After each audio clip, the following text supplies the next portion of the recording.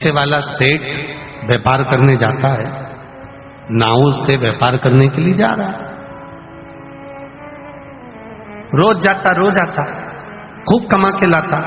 उसके दोस्तों ने कहा, भाई तू नाव में बैठकर जाता है, तेरी नाव पुरानी हो गई है और पुरानी नाव कभी भी हवा का झोंका चला, तूफान आया, तेरी नाव डूब जाएगी। तू एक काम कर ले, अपने गांव के पास में एक पानी में तैरना सिखाता है, उससे तू तैरना सीख जा। उसने कहा, मैं तैरना नहीं सीखना चाहता।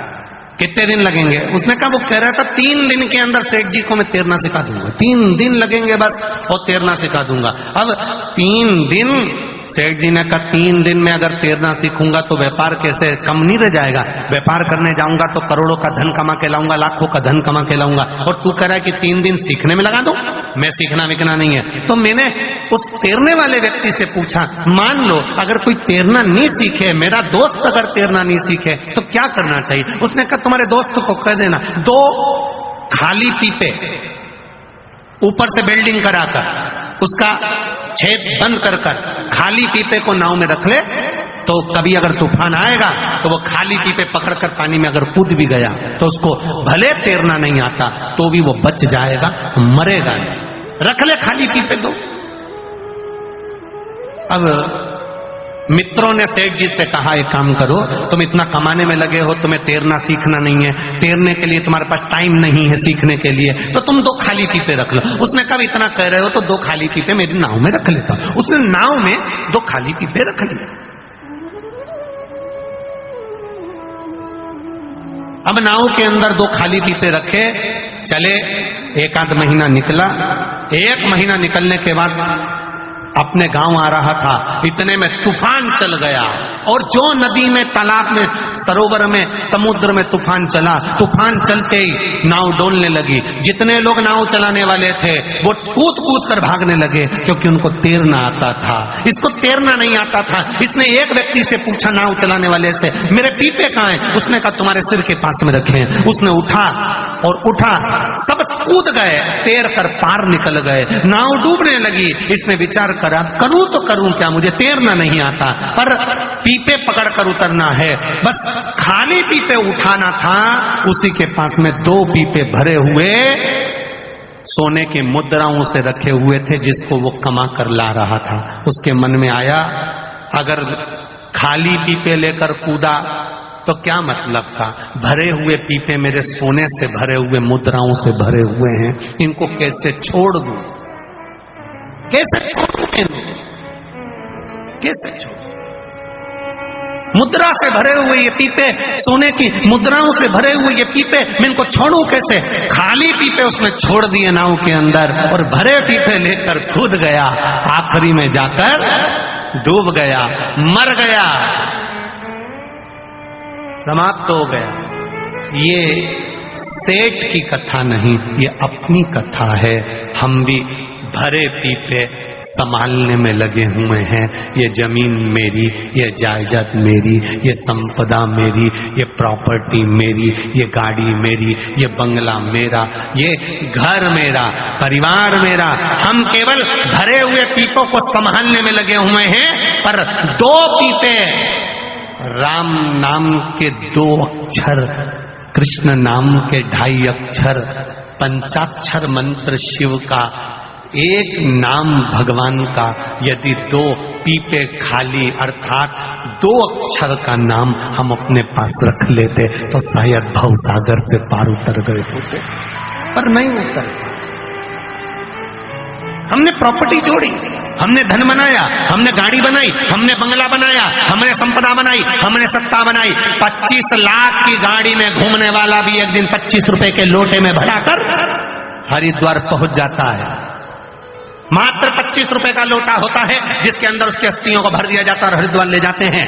पिंडदान करा, ब्राह्मण को भोजन कराया और पिंड दान करके लोग पिंड छुड़ा लेते हैं, फिर कोई संबंध नहीं, फिर कोई नाता नहीं, कोई रिश्ता नहीं। कितनी प्रॉपर्टी, कितना धन, कितना वैभव, कितनी सत्ता, कितनी दौलत, एक जरा सा व्यक्ति को रोग आता है और उसका पूरा जीवन निचोड़ जाता है। भगवान से कहता है, जब बीमार पड़ा तो डॉक्टर कहता है मॉर्निंग वॉक करो, घूमने जाओ, थोड़ा कम खाओ। अभी नहीं, पत्नी कहती थी, परिवार वाले कहते थे कि देखो थोड़ा सावधानी से रहो, थोड़ा सावधानी से रहो। नहीं, मेरी प्रॉपर्टी, मेरी जायदाद, मेरी संपदा, मेरी सत्ता, मेरा वैभव, मेरी गाड़ी, मेरा बंगला, मेरी दौलत, मेरी सत्ता, बस उसमें रमा रहा, रमा रहा, रमा रहा।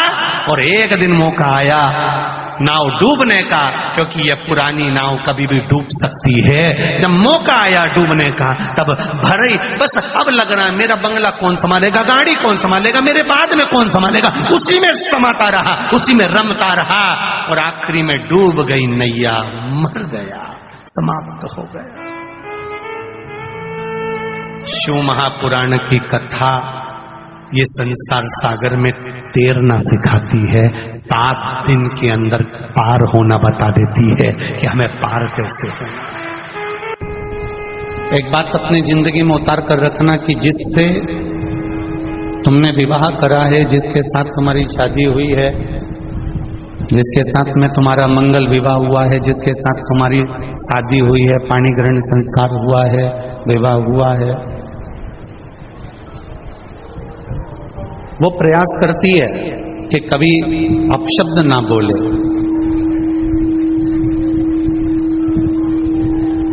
पति भी प्रयास करता है कि अपनी धर्म पत्नी को आड़ा टेढ़ा शब्द का संबोधन ना दिया जाए।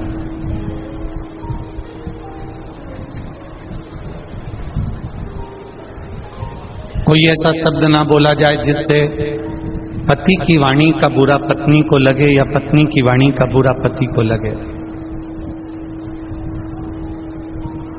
ऐसा कोई शब्द, ऐसा कोई संबोधन, ऐसी कोई वाणी पत्नी भी नहीं बोलना चाहती और पति भी नहीं बोलना चाहता। हमने एक बात पहले की कथा में कही है, अगर आपके स्मरण में होगी तो आप लोगों ने अगर सुना होगा, अगर आस्था चैनल पर आप कथा सुनते होगे तो आपके स्मरण में होगी। हमने पहले भी कथा में कहा, ना पति बुरा होता है, ना पत्नी बुरी होती है, ना सास बुरी होती है, ना बहू बुरी होती है, ना भाई बुरा होता है, ना देवरानी बुरी होती है, ना जेठ बुरा होता है, ना जेठानी बुरी होती है, ना हम बुरे होते हैं, ना हमारा रिश्तेदार बुरा होता है। एक समय ऐसा हो जाता है जो हर एक व्यक्ति से बुराई उत्पन्न करा देता है, उस समय को हमें टाल देना।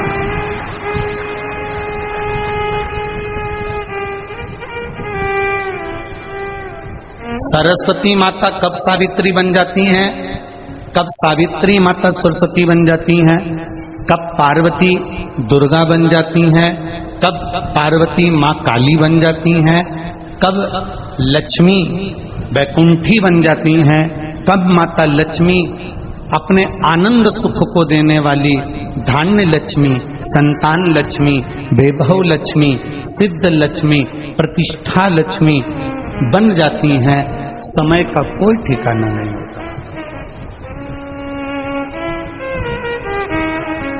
व्यक्ति बुरा नहीं है, घर में आने वाली तुम्हारी बहू बुरी नहीं है, बहू कभी जिंदगी में बुरी नहीं होती। अगर बुरी होती तो वो तुम्हारे बेटे से शादी नहीं करती, पहले ही मना कर देती कि मेरे को इससे शादी नहीं करना। बुरी नहीं है, बहू बुरी नहीं है, सास बुरी नहीं है। सास अगर बुरी होती तो अपनी रकम को तुड़वाकर, अपने जेवर को तुड़वाकर बहू के लिए रकम नहीं बनवाती, बहू के लिए जेवर नहीं बनवाती।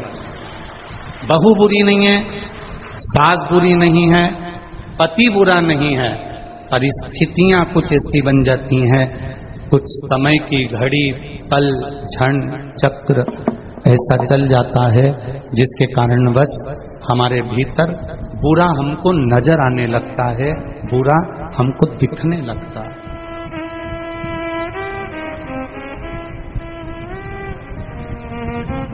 और जब हमको बुरा दिखने लगता है, जब हमको बुरा नजर आने लगता है, जब हमको बुरा सम्मुख में नजर आने लगता है, तो फिर हमारे यहाँ पर हमें अच्छा उसका बिल्कुल नजर ही नहीं आता।